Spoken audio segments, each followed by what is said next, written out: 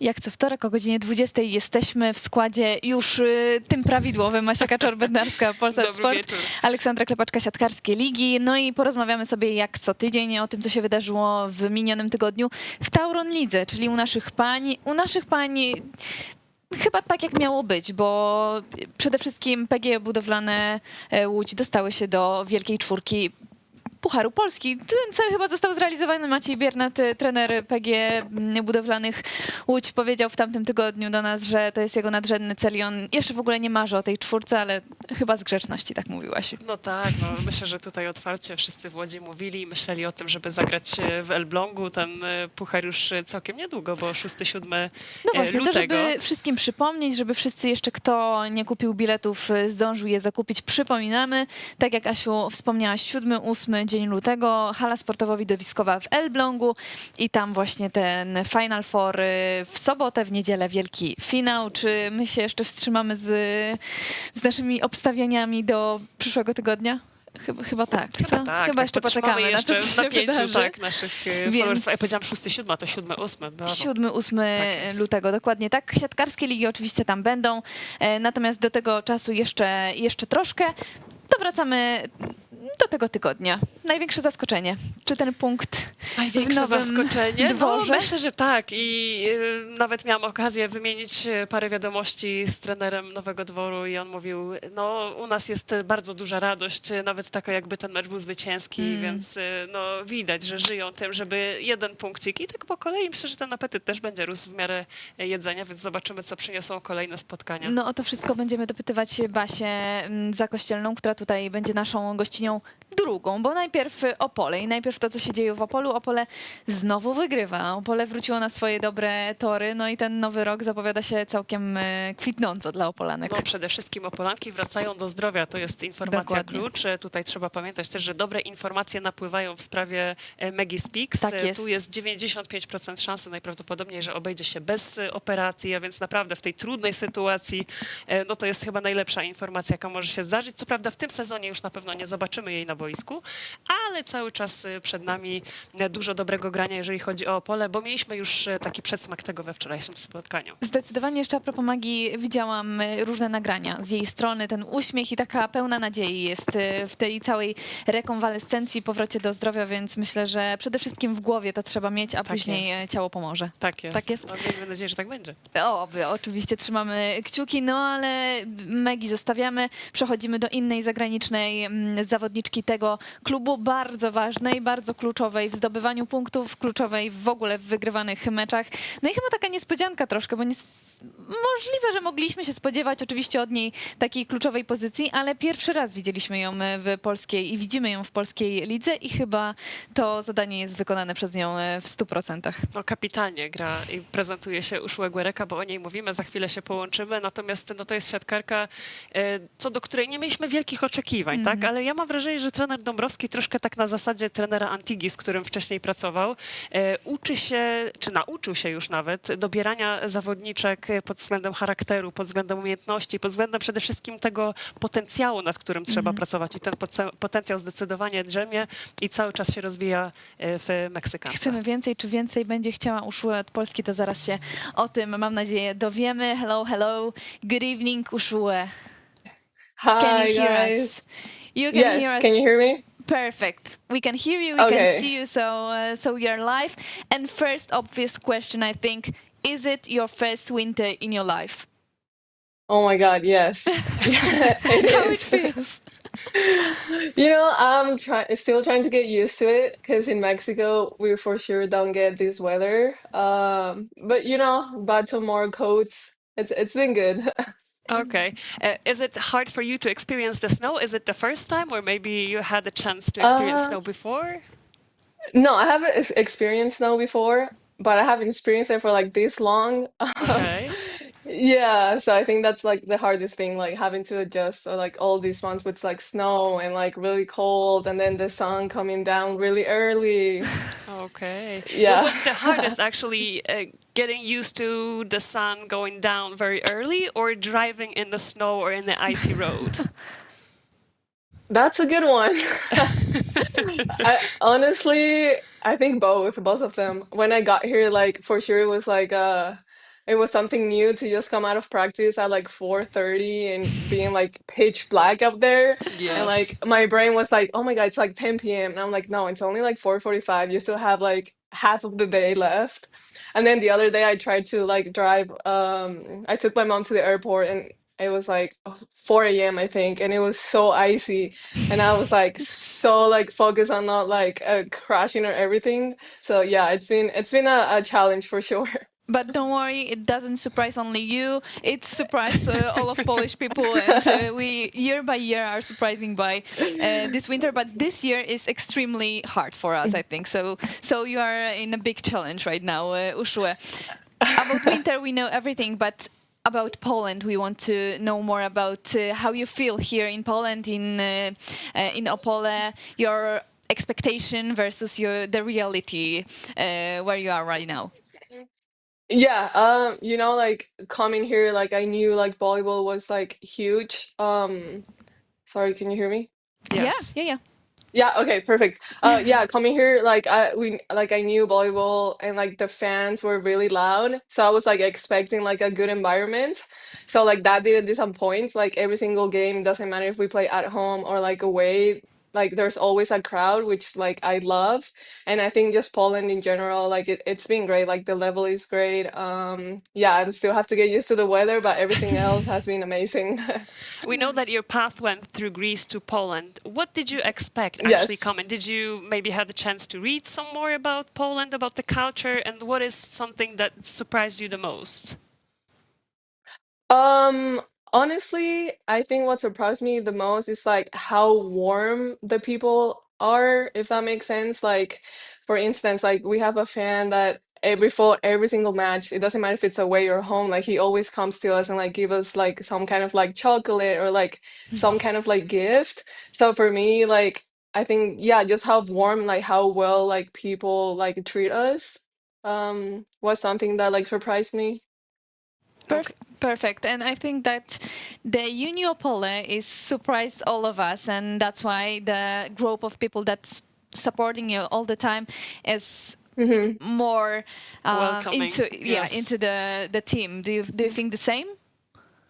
Yeah, for sure. I think like if I'm not mistaken, like the past couple of games, like there has been like 3,000 fans like in our like stadium, which has been amazing because I know from like last year there weren't that many fans. So just like seeing all those people coming and like enjoying the match has been like really exciting. I have a good Perfect. question. Do you think that if you play for the medal, will the Uh-huh. gym be sold out? Oh, for sure. I think so, We're yes. looking forward to it, actually. We will Yeah, be there for yeah, sure. us too. We will be there for sure. And do you expect the place that you are right now in the table Hmm. for UNI Opole? You're on the third position, yeah. Yes. So are you Yes. expecting this position with the team when you came here that you will be in such a good team in Polish league?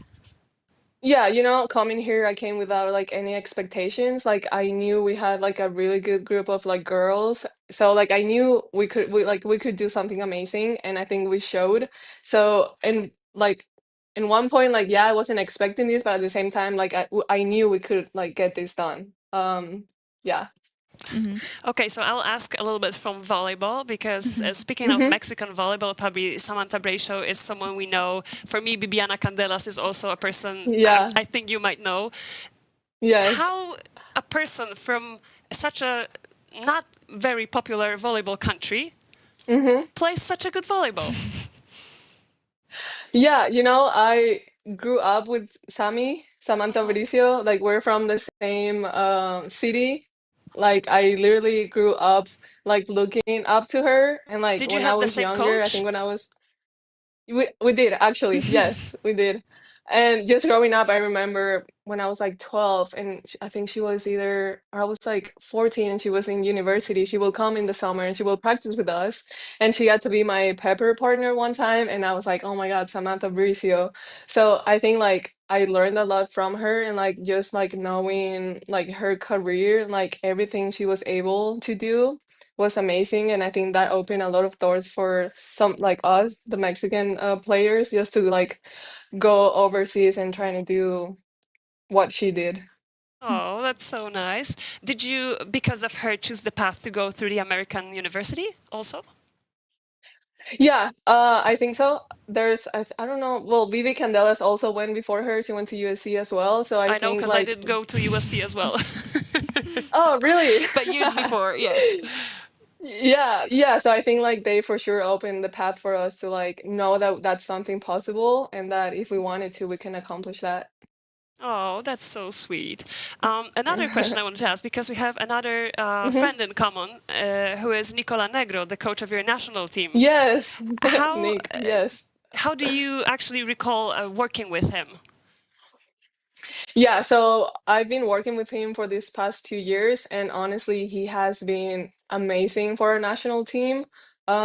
I think if I'm not mistaken, like this summer we gained like 10 spots, which has been amazing. And I think like I've learned personally a lot from him. He has made me like a better player and a better person too. So yeah, I love Nick. Oh, Do you think, because we are talking about the Mexican volleyball, do you think that the person as you can put something new in Mexican volleyball that people will be more interested about that sport in your country? Yeah, I hope so.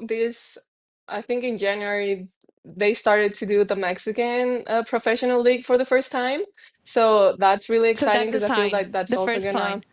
Yes, yes, that's the first sign, yes. So I think us going overseas can show like the players that are younger than us that that's something possible, as well as like, like the people who are maybe they don't know the sport much, but now that they see like there's a lot of players going overseas, that's something that a lot of like girls can do.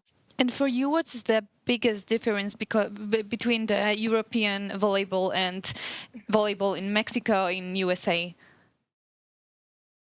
Um, I think like just how can I explain this? I mean, going from Mexico to Europe, like of course, like the level, like there's like a big difference on the level, and I think like we can learn a lot just like technique wise and like I don't know how to explain, but like I think just learn from the experienced people, which I don't feel like we had that much in Mexico. Yeah, just trying to like get to that level, if that makes sense. It makes it sense, of does. course, but the Sorry. other side, what we as a European people in European volleyball player or organizers would hmm learn from you, from Mexican, from USA. Is there something? Yeah, I think comparing like from Europe, like you guys are really like you have really physical players, Hmm. if that makes sense. And like in Mexico, we have like smaller players. So I think like we learn to develop the game different and like see maybe like things that other players don't have to because of their physicality. So I think we bring like a lot of like variety to the game. Okay. Speaking of that, like coming to Europe and not being the tallest in your team, did you had some hmm maybe second thoughts on how is it going to be playing here for the, let's say, first Greece league and then for Polish league? I mean, yeah, of course, coming here, I knew I wasn't gonna be the tallest or like the most physical player, but I also knew that I could like work around it and try new things. And I think that's what makes me unique. Like I can like try new things without being that physical. You're the perfect example that the tallest doesn't matter right now in UNI Opole. You are one of the hmm most important players on the court. I mean, yeah, just try to go out there and do my best. But it's so funny because there is you, and next to you is Kasia Zaroślińska-Król, who Yes. is tall and who is physical, Yeah, like it's all. yes, yes. Do you use Kasia as a Yeah, person who and can maybe pass to you some experience from Tauron Liga as she's like playing here forever almost? It's been her 400th game yesterday, so it's been a lot. yeah, yeah, of course. Kasia is like a really well experienced player. She's amazing, and yeah, she has helped me a lot. She has taught me some things that I didn't know, like also personal and as a player. And I think like yeah, every single day I learn something new from her. Or if I ever have like some questions, like I always go to her and ask because I know she has the experience. And who's your best friend in a team in Opola? Oh, that one's hard. I think I Huh? get along with with Remember all that of them, you're but I watching. think I know, Same with him. that's what I'm trying to. I think right now it will be the foreigners like Hannah, Maggie, and Elan. We just get along really well because we're all like far from home, but also the Polish girls, they're amazing. So Aw. So I is couldn't she your choose. roomie? No, I don't have a roommate, but we do live in the same building. Okay. Okay, but Yeah. when you're going for some match, with who you're On the staying? Hannah, trips. Yeah. Hannah is my roommate. Oh, okay. Hannah. And Yes, speaking, okay. yes, speaking Hannah. about friendship within the team, how hard for you was the moment when Maggie got injured? Yeah, that was a tough moment because Maggie is a big part of the team. She was like an important piece of our first half. So I think having her injured has impacted our team, and not I didn't want to say like a negative way, but like like that changes things. So yeah, for sure, like it was an impact for everyone. It's looked very bad, that injury, especially. For me, it was one of the worst injuries that I saw in Polish league, in women league. How you? What was your first thought after that, and what was the first? How to say the thought of your team, of your coach? Like, what do you expect after that injury? Because when we saw it, we were absolutely devastated. We were here and we were saw the picture of what happened, and it was awful. Yeah, well, that match I was injured, so I wasn't playing. So I got to go with her to the hospital. Um, yeah, it was a traumatic injury, but thank God I was talking to her today and everything looks good and hopefully she can be back sooner, like probably for playoffs. So Ooh, Oh, that's a really? that's good really good idea. news. So she Yeah, yeah, can back yeah. in So the like season. her. Hopefully, we'll see. Hopefully, Of yes. course. Hopefully. Yeah, yeah, it all depends with her rehab, but I think the injury looked more traumatic than what it was. Okay. So yeah, I So mean, we it keep was our it fingers was crossed for her, some and of course, if you will have the possibility to tell her that we are really, really really cross the fingers about her. yeah, of course. Yeah, yeah. I'll tell her for sure. We don't want to, ask her and And we just call want her her. back We on the just court, yeah. definitely, as soon as possible. And Yeah, probably yeah. your team But the wants her health is the to. most important right now, so let's give the space for Okay, her. moving towards what's happening on the court, your fifth MVP award just yesterday. How does it feel? You're like the best within the league. Did you ever expected it coming to Poland? Honestly, no, that wasn't something I was expecting. I think, as I said here, like I came here with no expectations. I just wanted to show my game and put my name out there, and I'm just grateful that this is the way that has gone. Also, like every time I go to a match, I'm not thinking about like an MVP or anything. Just trying to play my game and and yeah, get the win for the team. Oh, that's so amazing. Like you always think about the team, never about yourself. But well, I guess that's the mentality of a Mexican. I also wanted to ask about your path. Did you already maybe had a chance to think about what's to come next season? And it's also the question from Yeah. our Because that's the question from Yeah, our chat. viewers, yes. Whether are you going to stay in Opole, in Yeah. Poland, or maybe it's just a stop for Yeah. you? I mean, stop on the way to the league that you probably are dreaming of. Because I remember Sama Brisho, straight from the university, she went to play in Italy and then she went to play in Turkey. And so I know that a lot of players, even from states, Mexico, Dominican Republic, they dream of going to Europe and playing for Italian league. Yeah, of course, like playing in Italy will be a dream come true. I think since I was younger, seeing Sammy that she could accomplish that has always been my goal. And I think as for next season, I'm open to see what I can get. Either staying here in Poland, in Opole, going somewhere else. I think I just want to see what's the best for me moving forward. So we have to wait for that decision. We will wait. Tough one. She doesn't Yes. want to say Yeah, anything. anything. Any hint maybe on, what are you thinking about? No, honestly, I don't even know. This is just my second season playing, so I really have no clue. I think I'm just trying to see what's out there for me and try to base my decision out of the So maybe offers the that I answer get. will be in our next question from our chat. Which hall in Poland did you like the most apart from the Opole? From the Opole. I'm trying to remember. Okay, I think when we played against Bielsko the first time, the environment was really nice. Also playing in Jeshov. I think because everywhere we go, there's a lot of fans and like they bring the energy, so it's hard to pick one, but I think yeah, we'll go with one of those two. Okay, and is there any club in Poland that you heard about something and you want to try play there?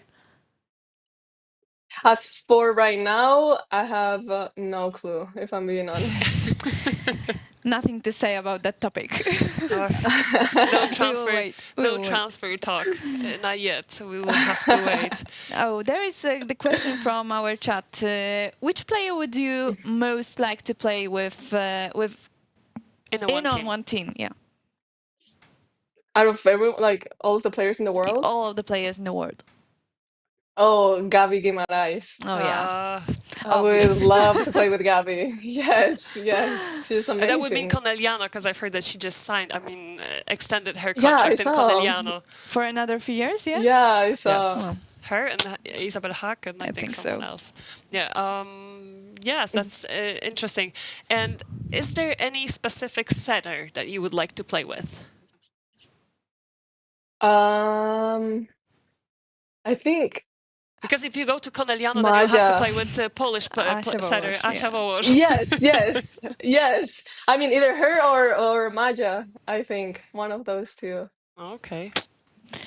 I try to find. Oh, and I have another- another question in Do you terms have? of Okay. pronunciation of your name, actually, because we say Uxue, but because that's what your coach told us, actually. That's how you say it, actually. Okay, Uxue. perfect. Uxue is correct. Yes, And yes. how the girls Uxue, call you? yes, Do you have like perfect. a nickname? Yeah, I have multiple nicknames. They call me Ushu, Ushi, Ushue. It just depends on the day, I think. Okay. Of course, we have to tell you about the regrets from Mexico. Hola, hola, hello from Monterrey, Mexico. Am I reading correct? Hola, hola. Monterrey, Yes. I guess. Monterrey. Okay. Okay, last but not least, I wanted to ask about the goals for this season for your team. I know that you just added a new setter. Is this something that you had to adjust to in terms of your goals for the season, or is the goal still the same? Because as I know, Bartek Dąbrowski, he always sets the bar very high and he always wants to go for the gold. Yeah, of course. I think like having a new setter didn't change our goals. I think we just have to adjust and adapt, but our goal is still the same one. Yeah, which is get a medal, win the league if possible. So yeah. Oh. That will be hard, the win of the league, but I think that the medal is Everything is really possible if you only for sure. believe. You know, that's the American thinking, That will maybe be some- Mexican thinking. You know, That would we be have to something believe, huge we have to in believe. this season. Oh, and speaking about the differences between Mexico and Poland, did Polish cuisine surprise you? It did. I'm not gonna lie, it did. It's really different to the Mexican cuisine. Yes. But is it good? But Good, bad? it is good. It is good. Yes, no, it's good. Really different because I'm used to eating a lot of like spicy food, which like here you guys don't eat that much spicy food. But no, it's been good. It's been amazing. Have you Yeah. found some Mexico restaurant in Opole? Any No, recommendations? I haven't. Not Oh. yet. I haven't. Maybe you have to. Not yet. No. There's one in Wrocław, but I I don't have remember the to. name. I saw one. I think it's called like Bice Tacos or something like that. That I do Okay. want to try because it looks If it's tacos authentic, in but the I name, haven't. it's for sure Mexican. Yeah. Caution. And one last question: is there any Polish dish that you like? I don't know if I'm saying this right. Pierogi? Oh, of Okay. course, pierogi. And which one? Yes, yes. What type? I'm between meat and the potato. I always Okay. get half and half with Have the you sour tried cream and the with the onions. strawberries with blueberries one? I haven't. You I have haven't. to. In I have to, summer, you have to yes. try this one. I do. I have to. Perfect. Uxue, thank you so much that you found the time for us, for our Siatkarskie Ligi club. So we cross our fingers for your teammate and also for UNI Opole, because you showed perfect volleyball and we want more for you. Yes, we want more. We wish you lots of health. Of course. At first, and then a great Thank games, you. and just keep getting those MVPs. Yeah, thank you so much for having me. It was amazing. Thank you very much. Have a great Have a good one. evening, night. Bye. Bye. Bye. Bye. Nie powiedziałam nic po hiszpańsku, za bardzo się wstydziła, ale spróbuję następnym Niepotrzebnie. razem. Trzeba zacząć, wiesz, tylko wtedy ja nie za bardzo zakumam. Hola, ¿qué tal? Tyle się udało. Asiu, z Opola, czyli powiedzmy z tego topu, nice interview. Thank you so much. We hope that we can say something in Spanish. Rodolfo, next time. Keep your fingers crossed for that.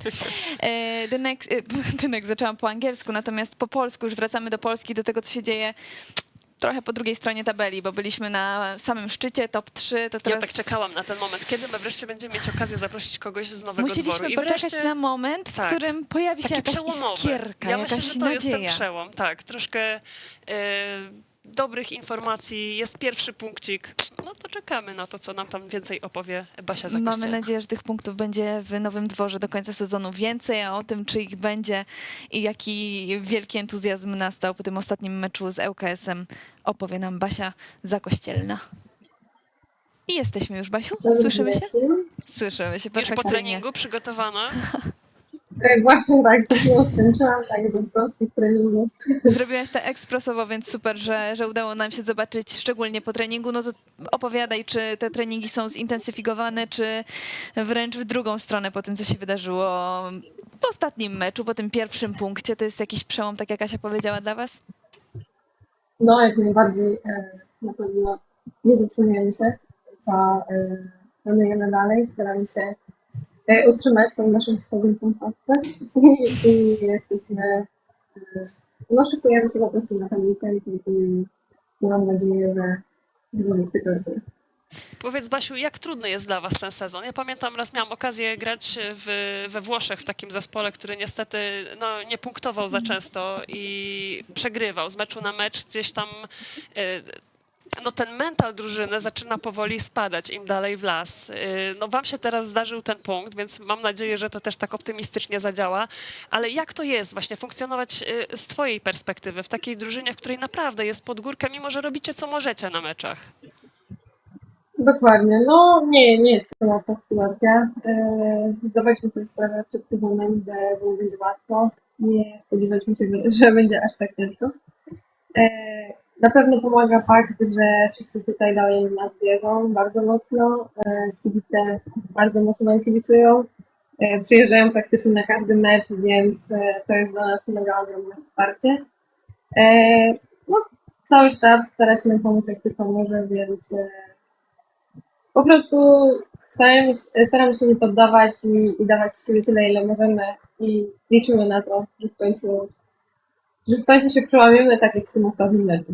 A tak zupełnie szczerze, jeżeli ta wiara jest z każdej strony, no bo wspominasz o tym, że i kibice, i sztab, i cały klub próbuje w tą wiarę w was wlać, czy trudniej jest tą wiarę znaleźć w takiej sytuacji w samej drużynie, już na boisku będąc, jeżeli dostajecie ten jeden mecz do tyłu, drugi mecz do tyłu i mimo wszystko tą wiarę trzeba znaleźć, żeby się jakoś podnieść.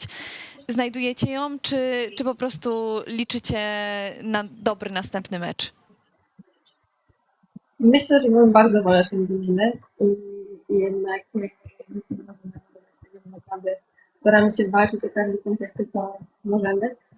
Brakuje nam czasami tego doświadczenia, trochę tych umiejętności. Jesteśmy tego świadomi, ale jeżeli chodzi o mental, to uważam, że nasza drużyna ma bardzo mocno i mimo tych już wielu porażek z rzędu, to nie poddajemy się i wierzymy w to, że naprawdę jesteśmy w stanie jeszcze wygrać w tej lidze, tak? Czy spodziewałaś się, że Tauron Liga aż tak was zweryfikuje w tym sezonie? Pyta Marcin Hetnar na naszym czacie. Ty już trochę o tym powiedziałaś, bo wiemy, że los beniaminka no nie jest prosty i często zdarza się tak, że to jest tylko jeden sezon, ale faktycznie długo nie było takiej sytuacji, żeby beniaminek aż tak cierpiał, aż tak musiał się mobilizować na tych meczach i żeby aż tyle tych meczów bez punkta było. No, to prawda. Czy się tego spodziewałam, ciężko powiedzieć, bo tak naprawdę Beniaminek ma zawsze pod górę ze względu na to, że buduje ten skład dużo później niż cała reszta drużyn. Wiedziałam, że wiele dziewczyn w drużynie będzie raczej nie grały wcześniej tylko w pierwszej lidze. No, ciężko powiedzieć w sumie teraz. Liczyliśmy na to, że trochę lepiej nam pójdzie, ale każdy z nas daje tyle, co może i naprawdę staramy się, żeby to wyglądało jak najlepiej. No jednak to doświadczenie jest potrzebne i ta liga to zweryfikowała. Nabieramy to doświadczenie, więc myślę, że ten sezon mimo tylu porażek i tego, jak to wygląda dla naszej drużyny, jest naprawdę owocny dla wielu zawodniczek, bo nabierają to właśnie doświadczenie. Te pierwsze swoje kroki w Tauron Lidze stawiają, więc myślę, że nie można na to tylko patrzeć z takiej perspektywy, że no okej, jesteśmy beniaminkiem, wygląda tak jak wygląda, no i mamy na razie tylko ten jeden punkt, ale są też jakieś pozytywy. Pięknie. Tak zastanawiam się, bo ty też w swoim CV masz takie dosyć szeroki wachlarz od klubów Tauron Ligi przez Busto Arsizio, też przez kluby, doczytam się Opole, bo domyślam się, że to klub uniwersytecki tam był, do tego doświadczenie z plaży. I chciałam cię zapytać o ten poziom Tauron Ligi w tym sezonie. Jak ty go możesz porównać na przestrzeni tych lat? Poziom jest na pewno niższy niż w tych innych sezonach, kiedy grałam w Tauron Lidze i wszyscy to wiemy. Jest dużo nowych zawodniczek, dużo młodych zawodniczek, to też myślę, że ma wpływ na to. Ciężko mi jest porównać, bo zanim wyjechałam z Polski, grałam w drużynie z Rzeszowa, która była obsadzona praktycznie samymi gwiazdami i byłam tam jako zawodniczka młoda, która miała się właśnie uczyć przy tych doświadczonych zawodniczkach. I poziom, jaki pamiętam, jaki prezentowała ta drużyna, to było naprawdę coś. I to, jak teraz liga wygląda, no na pewno ten poziom spadł, ale to kosztem tego, że szansę otrzymały inne, młodsze zawodniczki. Taka kolej życia, myślę, że też troszkę lepiej. Czy dla ciebie cały czas kuszący jest wyjazd za granicę, czy chciałabyś zostać w Tauron Lidze? Bo też już powoli zaczynamy myśleć o tych sezonach transferowych, o tym, jakie będą zmiany przed kolejnym sezonem Tauron Ligi. Tak. Będąc we Włoszech, w ogóle to było jedno z moich marzeń, które cieszę się bardzo, że udało mi się zrealizować. Wróciłam do Polski ze względu na swoje życie prywatne i myślę, że na razie raczej zdecyduję się zostać w Polsce, ale nie wykluczam, że może jeszcze kiedyś. Zobaczymy. Zobaczymy, będziemy to bacznie oczywiście obserwować. To już w pozytywną stronę idąc tej naszej rozmowy. Przed wami kolejny mecz z Radomiem i tutaj nadzieje powinny być bardzo duże.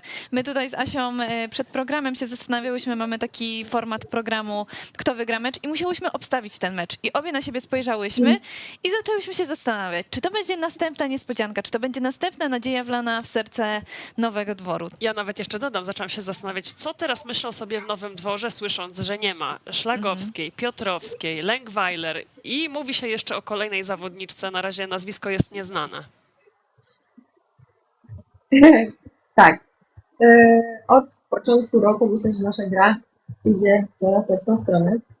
I z meczu na mecz wygląda to coraz lepiej moim zdaniem, więc na pewno mamy smaczka na jakieś jeszcze punkty. I na pewno wiele osób bardzo liczy na ten mecz. Wiemy, jaka jest sytuacja Radomki. No, jest ona aktualnie najlepsza, więc myślę, że wszyscy tutaj liczymy na to, że będzie to wyrównany mecz i że naprawdę jesteśmy w stanie urwać jakieś punkty.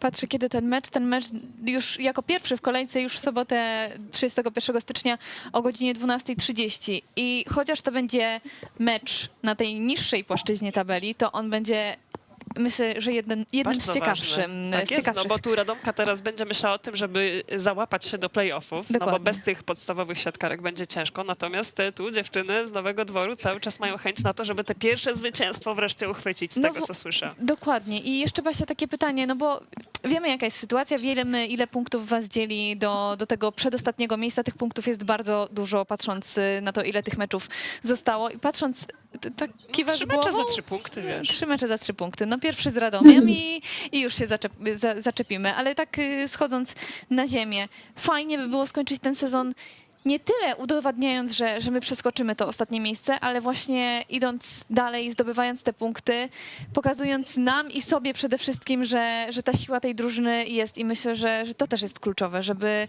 nieważne czy 3, czy 2, czy 1, żeby te punkty na koniec sezonu łapać. Dokładnie tak. Myślę, że nie oszukując się, wiemy, jak ciężka jest nasza sytuacja. Każda z dziewczyn jest tego świadoma.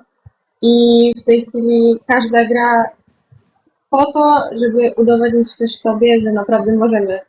I myślę, że to jest teraz najważniejsze, żeby właśnie utrzymać tą radość z tej gry, żeby się nie poddawać mimo wszystko, żeby udowodnić sobie i innym, że zasługujemy na to, żeby tutaj być i że potrafimy grać nawet tymi najlepszymi drużynami. I myślę, że każda powinna teraz po prostu patrzeć, że robi to dla siebie i robi to właśnie, żeby udowodnić sobie i innym, że jednak jesteśmy warty to, żeby być Mówisz o tym udowadnianiu sobie pewnych rzeczy i chciałam zapytać ciebie, co dały tobie te wyjazdy za granicę, bo tu mamy tak, Belgia, Rumunia, Szwajcaria, Włochy. To są, zresztą tak jak patrzymy po klubach, to też są takie ważne kluby dla każdego kraju, gdzieś, w których ty też mogłaś się czegoś nauczyć, ale też byłaś zawodniczką, na której opierała się gra. Tak, ja w ogóle uwielbiam podróżować, więc jak tylko miałam możliwość wyjazdu do Belgii, to nawet się nie zastanawiałam, trafiłam naprawdę do fajnych drużynek z fajnymi zawodniczkami, wiele z nich grało w kadrze Belgii, więc naprawdę mieliśmy super drużynę. Tak samo inne drużyny, w których grałam. Myślę, że jest to niesamowita szansa dla każdej z zawodniczek wyjechać, bo nigdy w życiu jako normalny człowiek nie miałabym szansy mieszkać w tylu krajach i poznawać kulturę i widzieć tyle miejsc.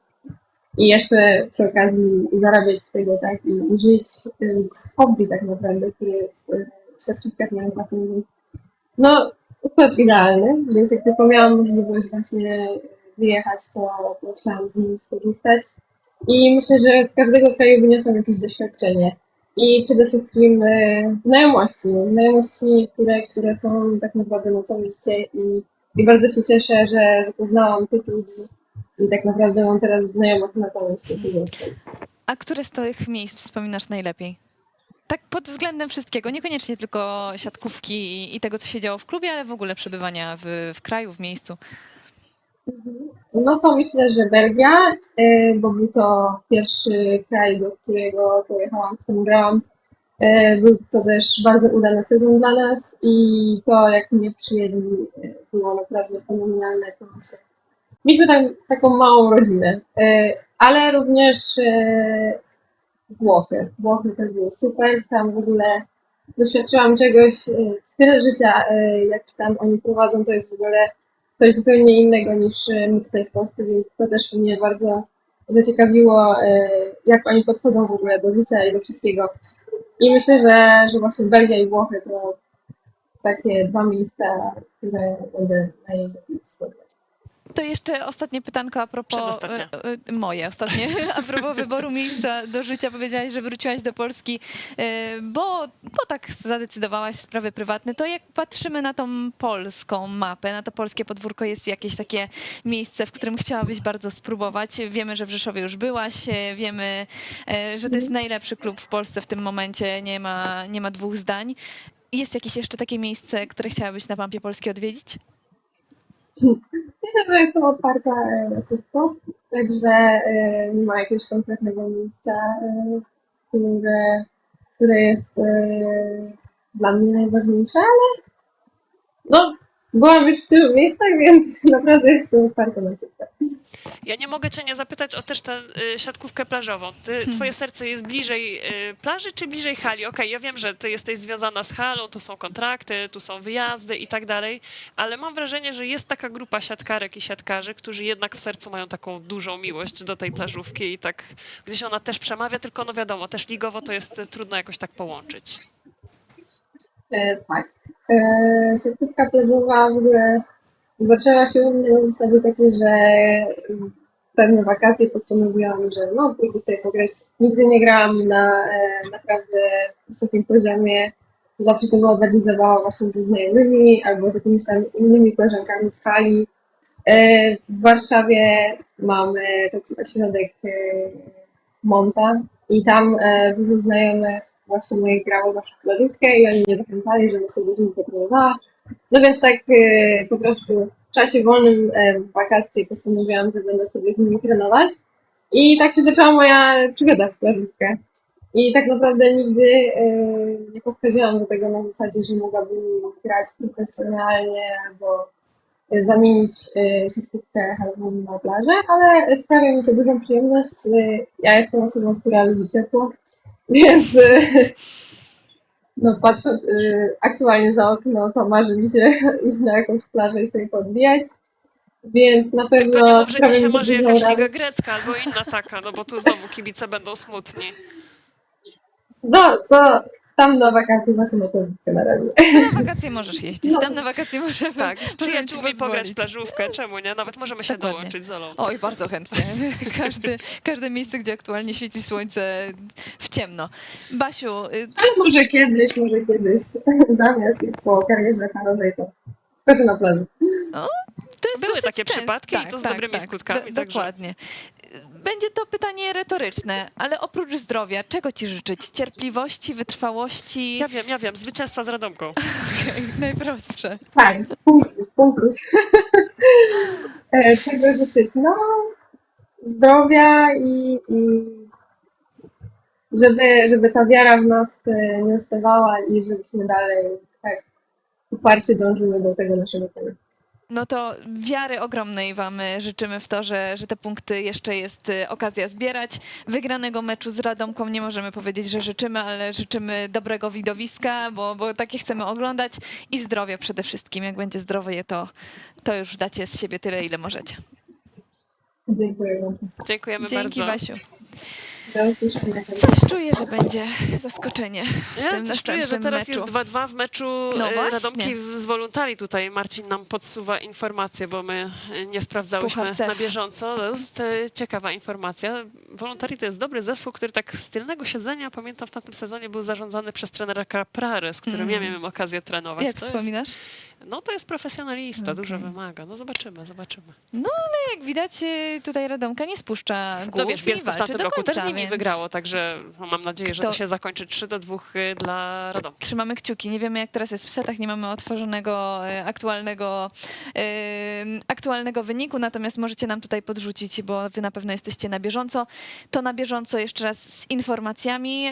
Przypomnimy wam to, co się dzieje bardzo ważnego na początku lutego, bo tak jak wspominaliśmy, jak nie zdążyliście na początek naszego programu, to przypomnimy wam teraz.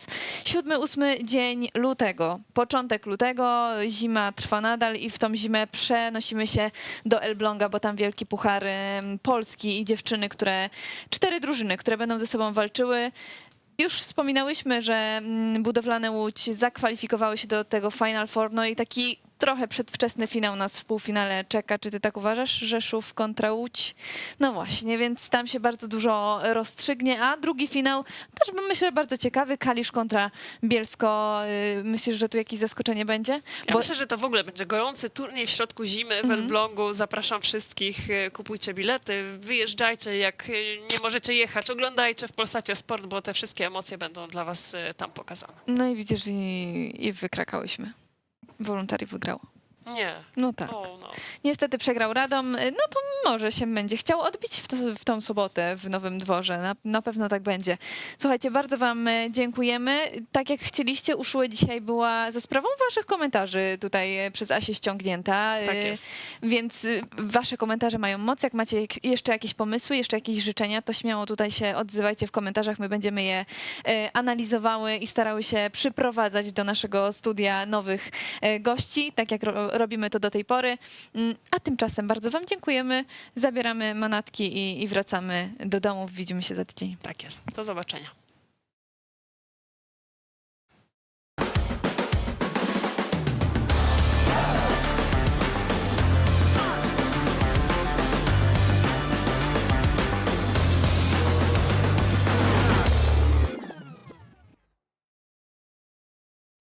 One side, two-seater. It's a bonfire, come make 'em fit Lolita. Hot body girl, she go ass and tita. Go what you want, my girl, consider. Put it on top, girl, don't stop, but us kids on your bum. Nasty, she love it when I come.